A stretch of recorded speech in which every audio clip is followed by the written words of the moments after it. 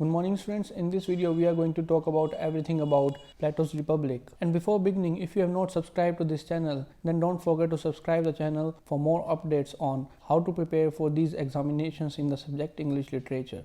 So without any further delay, let's get started. Plato was the student of Socrates and he too hated democracy. Socrates praised Spartan monarchy as being well managed. Plato believed that the democratic man is more concerned with the money rather than serving the society or people. Aristotle, who joined Plato's academy at the age of 17, also listed democracy as a failed version of rule managed by propertized men. A democratic man has no order or priority. He weighs everything with the money and thinks a little about the society as a whole. He called democracy as democracy ruled by elite class or propertized class. Socrates was a great philosopher and he too encouraged the young mind of Athens to question the characteristics of the current government. He was later executed for corrupting the young Athenian minds. So here we have established a common ground among Socrates, Plato and Aristotle, in which all of them hated democracy and preferred a new form of government.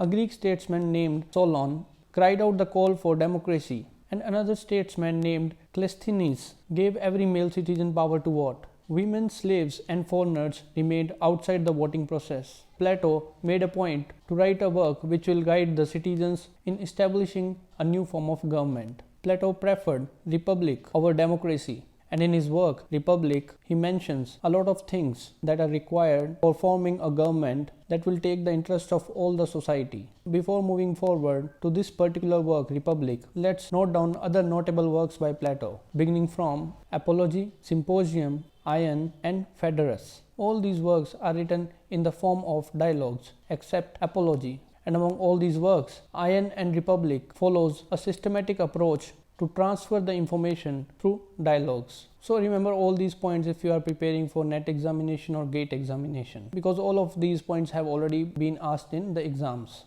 Coming back to our discussion of Republic, the work is written in the form of dialogue, and here in this work we don't hear the voice of Plato but his teacher Socrates. In this work of Plato, Socrates talks with a lot of foreigners and Athenians about justice and men. Here we don't know whether the views presented in the Plato's Republic are of Socrates or Plato himself. But through Plato, we can form an idea of Socrates' ideologies and perspectives. Moving forward, Plato's Republic is spread over 10 chapters, and in the last chapter of Plato's Republic, Socrates mentions about banning of poet from the Republic. In book 2nd and 3rd of Republic, we get a straightforward explanation that why these poets must be banned in order to create an ideal state. There are a number of reasons for that, and we are going to look the top 3 and most important reasons why poetry should be banned. Beginning with the first one, which is poet corrupts the young mind. For example, the poems of the poets Hesiod and Homer are not providing anything valuable to the society. For instance, in the poetry of Hesiod, we see the fight between the Greek god Uranus and his son Cronus, which presents the young mind that it's fine to fight among the family members and go against their will, whereas the poetry of Homer is full of emotions. The characters in Homer's work are weeping, wailing, and swayed by the emotions,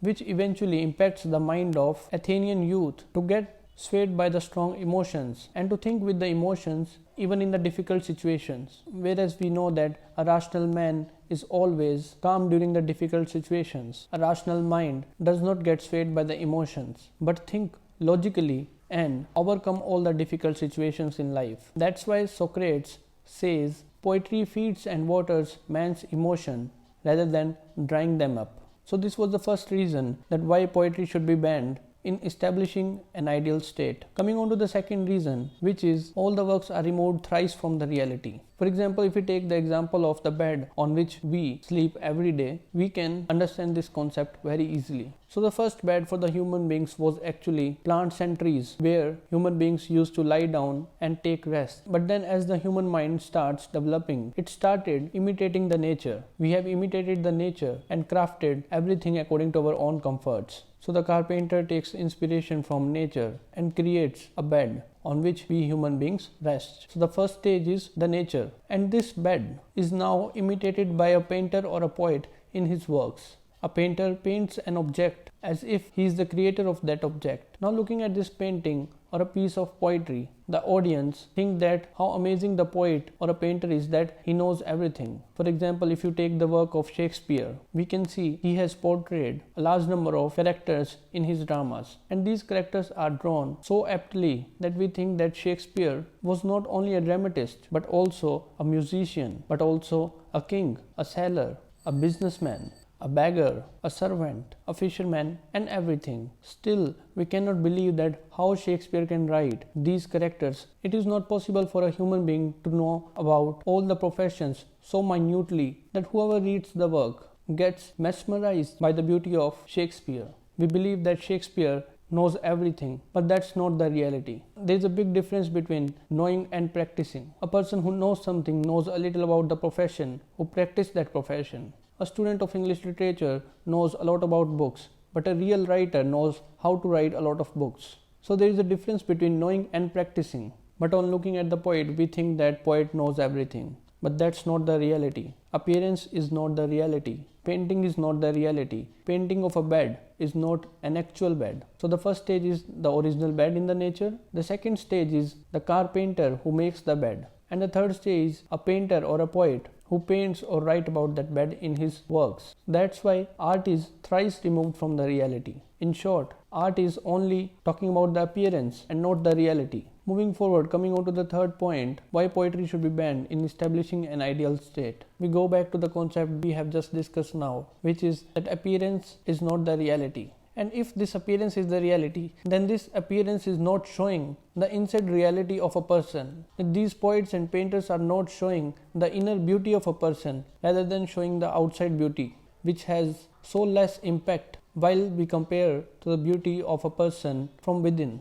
Painter, poets or other artists only shows the reality from the outside but not from within. So if something is bad from inside but looks good from the outside, the poets or painters portray same as it is, and we get in a delusion that how good a person or an image looks. So these are the three reasons which Socrates talked about in his second and third chapter. There is another famous concept by Plato in Plato's Republic, which is Allegory of Cave. In this concept, Plato differentiates between the effect of education and the lack of it in our own nature. The Allegory of a Cave is a dialogue that happens between Plato's brother Glaucon and Socrates. In this cave, a group of people are chained with the wall, and behind them there is fire which is projecting their shadow on the wall. These group of people are chained throughout their life and keep on looking that shadow which was projected by the fire that is behind them. Socrates tells his student Glaucon that so many of us live in an illusion away from the reality and die without realizing what is the truth. He talks about a lot of analogies through which a man can understand what is the reality and can free himself from the illusions of this world. This topic, Allegory of Cave, requires a new lecture in itself. So here I leave this topic with the conclusion that the man who will come out of this cave will become the man who will come out of the illusion, and the rest of the man will remain inside like a prisoner. And so here I come to the end of this video. If you are new to this channel, then I suggest you to watch all my previous videos to take the full advantage out of it. And if you have any query, then drop your questions in the comments below. I make sure that I will resolve all your doubts in my next video. If you have not subscribed to this channel, then don't forget to subscribe it. That's it for this video. Thank you.